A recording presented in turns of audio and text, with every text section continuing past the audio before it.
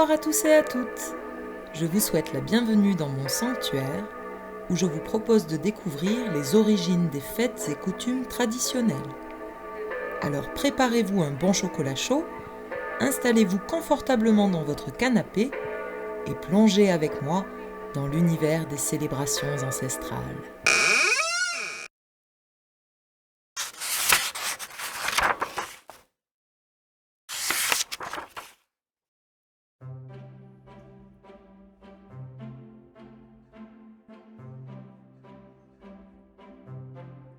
La fête de Pâques trouve ses origines dans des cultes millénaires qui célébraient le retour du soleil et le renouveau de la nature. Si elle est aujourd'hui associée aux traditions judéo-chrétiennes, elle s'est peu à peu désacralisée dans les festivités modernes pour devenir une période de fête joyeuse, gourmande et adorée des enfants.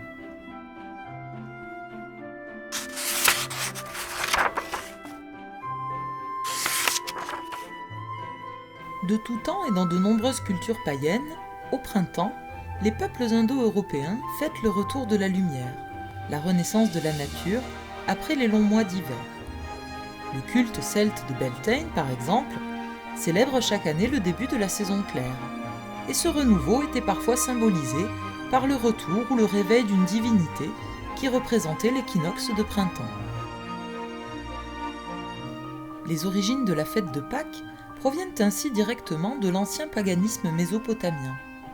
Ishtar, prononcé Ister, était la principale divinité du panthéon phénicien, déesse de l'aurore, de l'amour et de la fécondité, que l'on honorait avec des œufs et des lapins, eux-mêmes symboles de fertilité. Son mythe raconte qu'elle aurait ramené son fils ou son époux des enfers et aurait fait célébrer chaque année sa renaissance par 40 jours de jeûne et une célébration le jour du soleil. Diverses cultures ont perpétué le culte de cette déesse sous des noms différents. Pour les Égyptiens, Ister était Isis, pour les Babyloniens Beltis, pour les Cananéens Astarté. Plus tard, elle prendra le nom d'Éostre pour les Grecs et les Anglo-Saxons, et Ostara pour les peuples germaniques, qui est aussi le nom de la fête wiccane du printemps. Ister est donc la figure de l'aube, du réveil de la nature avec le retour de l'astre solaire, et est aussi à l'origine du nom anglo-saxon de la fête de Pâques, Easter. En français, le nom de la fête chrétienne vient de la Pâque juive, Pessah, qui célèbre l'Exode, la fuite d'Égypte des Hébreux, et en particulier la nuit où Dieu a épargné leur maison durant la 10e plaie, ordonnant qu'ils sacrifient un agneau et répandent son sang sur le linteau de leur porte afin d'éviter la mort de leur premier-né. Pâques commémore donc la libération du peuple juif, le mot Pessah signifiant passage. Ainsi, au chapitre 12 du livre de l'Exode, on peut lire « Ce jour-là vous servira de mémorial. Vous fêterez ce pèlerinage pour fêter le Seigneur. D'âge en âge, loi immuable, vous le fêterez. » Les chrétiens ont ensuite reconnu dans la mort et la résurrection de Jésus cette libération et le fait que Dieu ait tenu sa promesse. Les chrétiens fêtent la résurrection de Jésus parce qu'elle est la concrétisation de la promesse de résurrection donnée par Dieu. Pâques est ainsi le sceau de l'alliance entre Dieu et les chrétiens. Ce qui explique le lien entre la résurrection de Jésus et Pâques. Jésus ressuscite, comme la déesse de l'aurore, redonnant vie au monde chaque matin, et comme l'équinoxe marque le début du printemps, synonyme de retour du soleil, de la végétation et donc de la vie.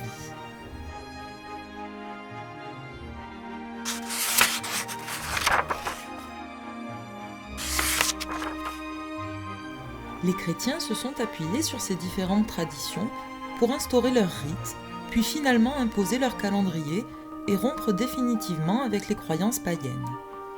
Pâques est la fête chrétienne la plus importante, célébrée et attestée dans les calendriers liturgiques dès le IIe siècle. Elle commémore la résurrection du Christ et l'accomplissement du psaume qui promet la vie éternelle.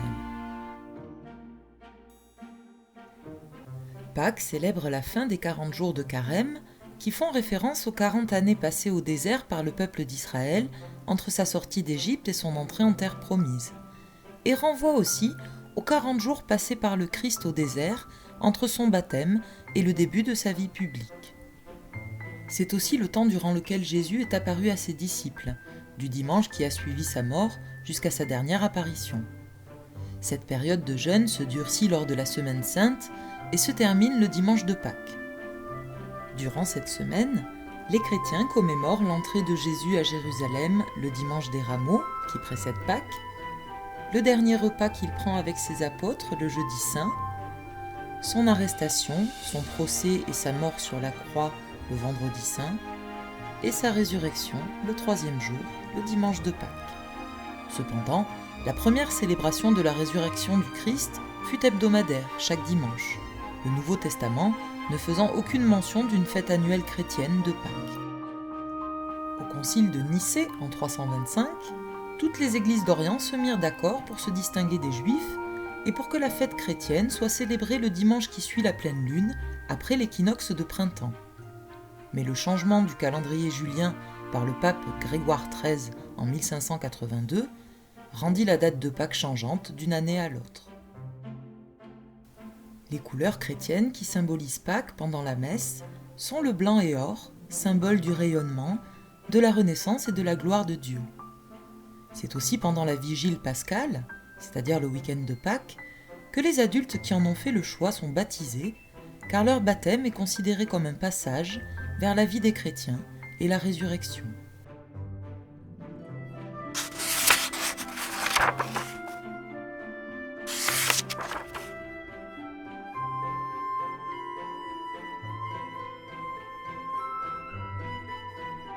Dans l'Antiquité, au printemps, Égyptiens et Romains s'offrent déjà des œufs peints, symbole de vie. Dans la tradition mésopotamienne, on célèbre l'œuf originel duquel serait née Isther, déesse de la fertilité. Tandis qu'à Pessah, les Juifs trempent un œuf dans de l'eau salée pour se souvenir de toutes les larmes versées lors de la perte de leur indépendance, les considérant aussi comme symbole de vie et de mort. La tradition chrétienne date du IVe siècle. L'Église interdisant de consommer des œufs durant le carême, ceux-ci étaient conservés pour être décorés et offerts à Pâques. Selon une légende orthodoxe, c'est à Marie-Madeleine que l'on doit le premier œuf de Pâques. Elle se serait présentée devant l'empereur Tibère, un œuf à la main, pour demander la condamnation de Ponce Pilate, racontant les événements qui ont précédé et accompagné la mort du Christ. L'œuf se serait alors teint en rouge, convainquant Tibère de sa résurrection. Dès le Moyen-Âge, l'habitude était prise de s'offrir ces œufs décorés, mais ceux-ci ne se conservant que 20 jours, on confectionnait des mi-carêmes, des crêpes ou des bugnes pour ne pas les perdre. À la Renaissance, on préfère les œufs en métal précieux. Dans les cours de France et d'Angleterre, les rois offraient ainsi des œufs décorés à la feuille d'or à leurs courtisans. À partir du XVIIe siècle, on commence à confectionner des œufs en chocolat, mais c'est véritablement au XIXe, alors que le cacao est devenu plus accessible, que les chocolatiers vont répandre cette tradition qui perdure depuis pour le plus grand bonheur de nos papilles. En 1884, Pierre-Carl Fabergé fabriqua un œuf de Pâques en or et émail blanc commandé par le tsar Alexandre III pour son épouse. L'impératrice l'apprécia tellement que son époux commanda un œuf à chaque fête de Pâques. Fabergé réalisa ainsi plus de 50 œufs ouvragés, considérés aujourd'hui comme des chefs-d'œuvre de joaillerie.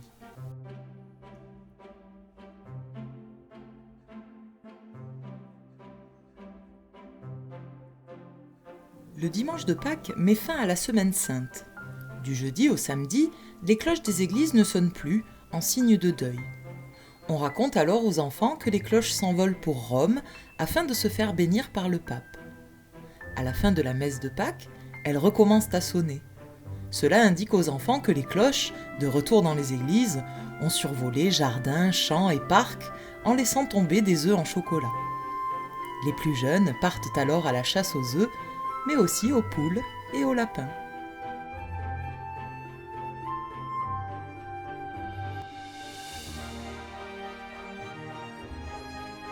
Pour certains, notamment dans l'est de la France, c'est le lièvre de Pâques, parce qu'il symbolise le printemps, le renouveau et la fertilité, qui apporte les chocolats aux enfants.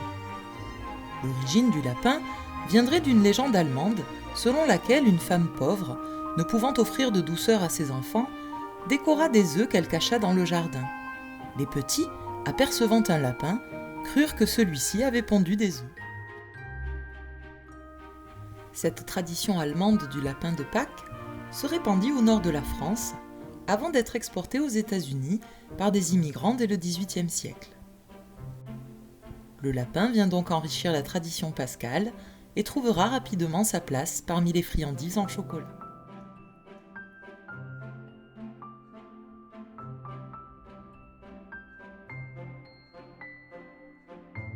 Chez les chrétiens d'Occident qui rompent le carême, on se réunit le dimanche autour d'un plat à base d'agneau. Cet animal, symbole du Christ, l'agneau de Dieu qui a donné sa vie en sacrifice.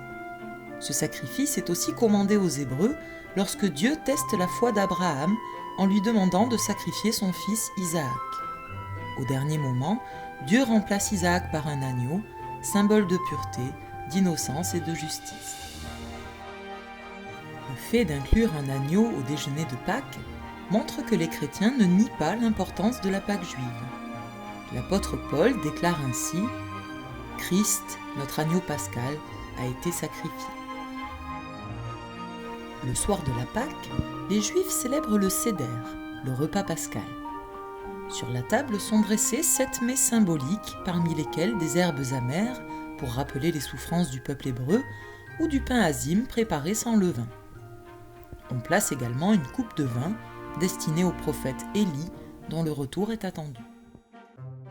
En Espagne, où des processions et des représentations théâtrales sont organisées dans les rues durant la Semaine Sainte, on déguste la mona, une brioche dorée sur laquelle on dépose des œufs avant de la cuire. Alors qu'en Angleterre, le jambon remplace l'agneau, car le cochon y est symbole de chance. En Grèce, la famille se réunit autour d'une soupe aux tripes, dans laquelle sont cuits le cœur et les poumons de l'agneau. Ensuite, chacun essaie de casser l'œuf de son voisin avec 3 doigts. Peint en rouge, ces œufs symbolisent le sang du Christ.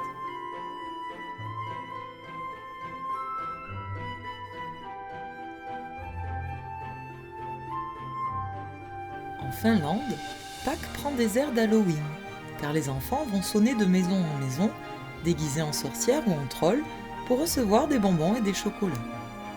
C'est Virpominen, la tradition des sorcières de Pâques, qui, selon la légende, se montrait entre le vendredi saint et le jour de Pâques. On y déguste le pacha, un pudding à la crème, parfois confectionné dans un moule à motif religieux. Dans les pays scandinaves, on dit aussi qu'il faut se lever tôt à Pâques pour voir danser le nouveau soleil. La couleur jaune est d'ailleurs celle des décorations de Pâques en Norvège, en Suède et au Danemark. À l'occasion de Pâques, les habitants des Bermudes se rassemblent pour faire voler de magnifiques cerfs-volants aux motifs complexes et se rendent à Horseshoe Bay Beach pour assister au festival annuel du cerf-volant le vendredi saint.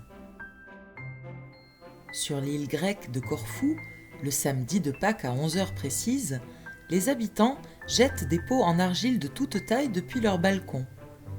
La tradition remonterait au XVIe siècle, alors que les gens jetaient tous leurs vieux objets inutiles par la fenêtre afin d'accueillir la nouvelle année, les pots cassés étant censés effrayer les mauvais esprits. En Pologne, les gens s'aspergent d'eau, symbole de vie, le lundi de Pâques, afin d'ôter tous leurs péchés. Au repas pascal, le żurek, soupe préparée à base de farine de seigle, est servie avec du lard fumé et des œufs durs. Dans les pays d'Europe de l'Est, la tradition des pisanki, œufs peints et décorés à la main de dessins et de devises, perdure encore aujourd'hui. La fête de Pâques fait partie des plus anciennes traditions du monde judéo-chrétien. S'appuyant sur les rites et les célébrations païennes de la Renaissance et du renouveau de la nature et de la lumière, elle est aujourd'hui la fête la plus importante avec Noël, pour les chrétiens, mais aussi pour les petits et les grands qui attendent impatiemment cette période joyeuse, promesse de vacances et de gourmandise.